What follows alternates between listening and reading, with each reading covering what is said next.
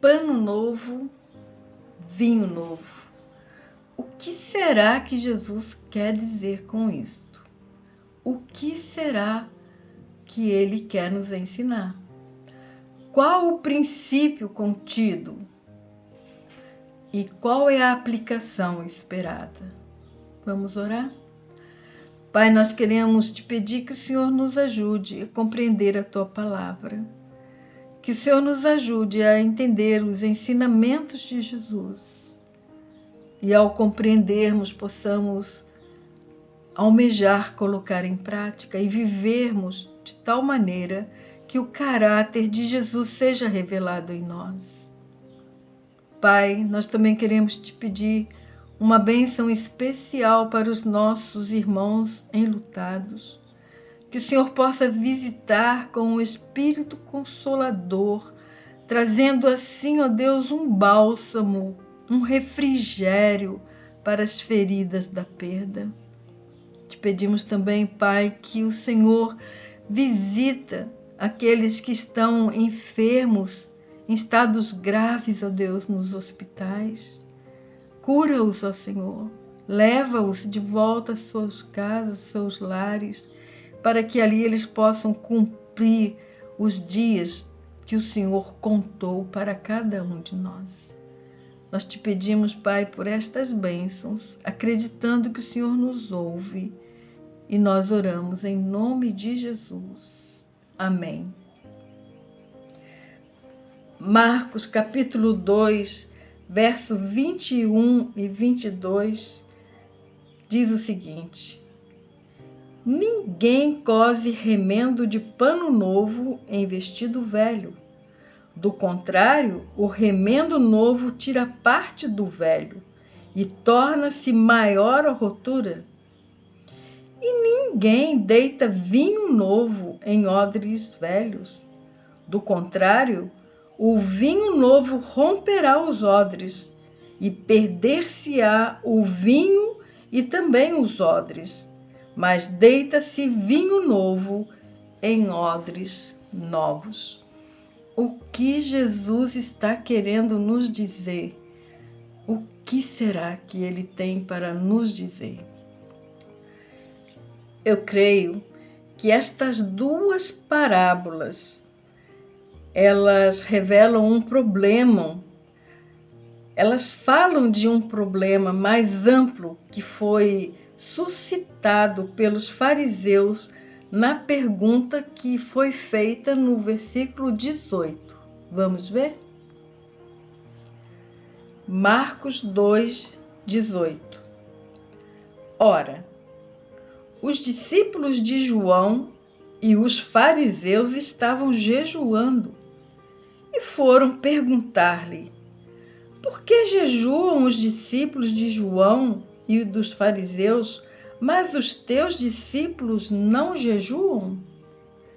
E Jesus conta a parábola do pano novo e do vinho novo. Na época de Jesus, as pessoas, elas seguiam as práticas farisaicas de jejuar. Quer fossem elas discípulos ou seguidoras dos fariseus, eu acredito que os fariseus já não tinham mais discípulos, eles não tinham essa prática, mas eles tinham seguidores. Quer fossem, quer não fossem membros do partido dos fariseus, havia pessoas que os seguiam e praticavam o jejum. E a questão ali apresentada a Jesus tinha por fim saber por que os seus discípulos não seguiam aqueles bem estabelecidos costumes religiosos da sua época. O ataque foi dirigido contra os discípulos de Jesus, tendo sido ainda mais feroz por esta razão. Eu creio que eles estavam mais ou menos dizendo o seguinte: O que você faz não pode ser da nossa conta, mas o que é que você tem coragem de orientar os seus discípulos em hábitos tão descuidados? Mas a resposta de Jesus foi uma parábola. Foi usando a figura de uma festividade prolongada. E ele disse que na época de casamento é uma época de alegria. E seria completamente inadequado lamentar-se e jejuar em uma ocasião festiva. Claro que normalmente os convidados para o casamento também iriam se lamentar depois do casamento se a festa fosse interrompida com lamentos, pois jejum era um tempo de luto, pois jejum era um tempo de dor, pois jejum era um tempo de reflexão.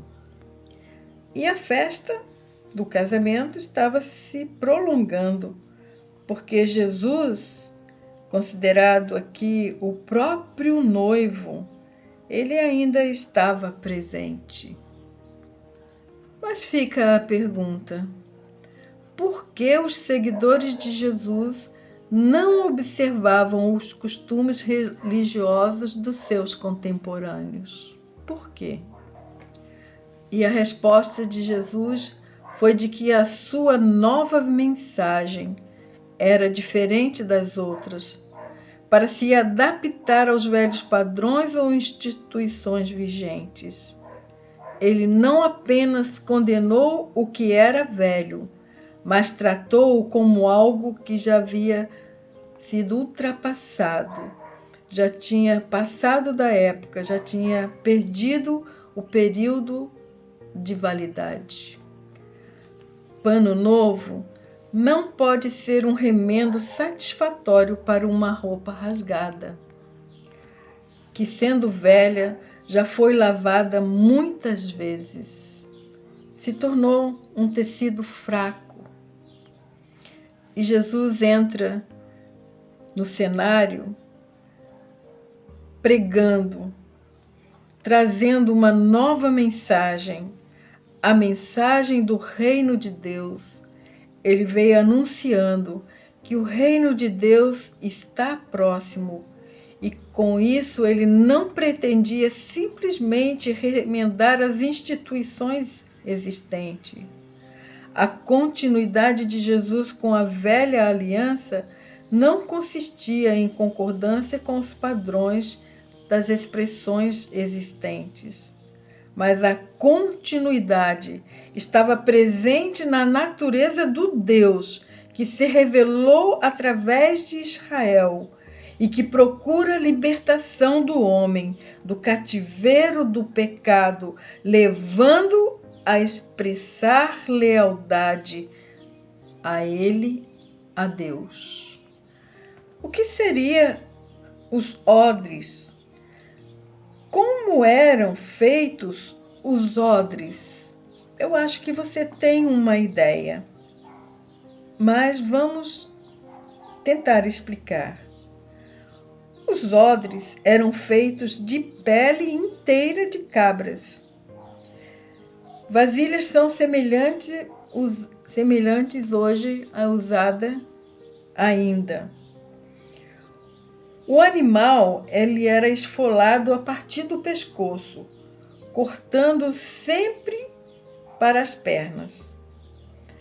As aberturas eram costuradas e a pele era convenientemente curtida. Com o tempo, as peles se tornavam velhas, e ao se tornarem velhas, elas ficavam quebradiças e elas arrebentavam facilmente com a pressão da fermentação do vinho novo. E Jesus usa a expressão como o vinho novo. Isso entrava em contradição com as tradições judaicas, que eram tão rígidas e mecânicas. Eram como odres endurecidos, eram como odres envelhecidos, era como odres que já estavam se partindo, e os dois não são compatíveis. O vinho novo e o odre novo e o odre velho não são compatíveis. Creio que quando Jesus contou estas parábolas pela primeira vez, elas podiam explicar-se a costumes do que o jejum e vários mandamentos da lei oral, inclusive talvez alguns aspectos da observância do sábado, entrava ali na explicação de Jesus. Na época de Marcos, os cristãos podiam entender também a aplicação desse tema de Jesus a assuntos como a circuncisão, a proibição de comer certos alimentos, a adoração do templo ou a proibição de um judeu cristão adorar com um não-judeu. A verdade destas parábolas não pode ser limitada a outros tempos. Preste atenção. A veracidade destas parábolas não podem ser limitadas a outros tempos e circunstâncias.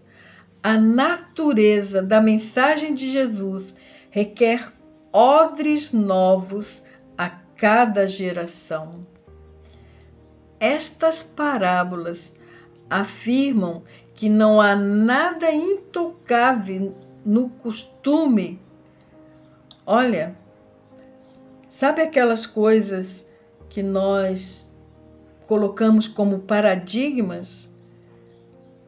Então, os paradigmas podem ser mudados, é isso que Jesus está dizendo. Os princípios não podem ser mudados, não devem ser mudados, mas estas parábolas elas vêm para nos mostrar que os paradigmas eles não são intocáveis, que os costumes não são intocáveis, ou na tradicional, ou na instituição que nós estamos vivendo. Os paradigmas podem ser, sim, de geração em geração, segundo a necessidade da época, pode ser mudado, sim. Jesus está tentando nos dizer que nada deve ser tão sagrado que impeça o perdão de um Deus misericordioso ou restrinja a prática do amor cristão para com o próximo. Sim, nada pode impedir o perdão de Deus, a misericórdia de Deus ou impedir a prática do amor cristão, do amor fraternal.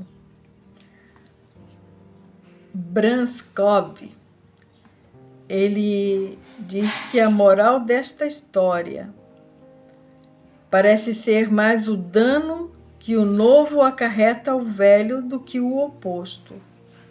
Sendo assim, se nós tentarmos fazer a vocação e a liberdade de Jesus caber em nossos velhos padrões e instituição, não apenas perderemos de vista o que Jesus iria fazer por nós, mas também destruiremos o que tínhamos antes.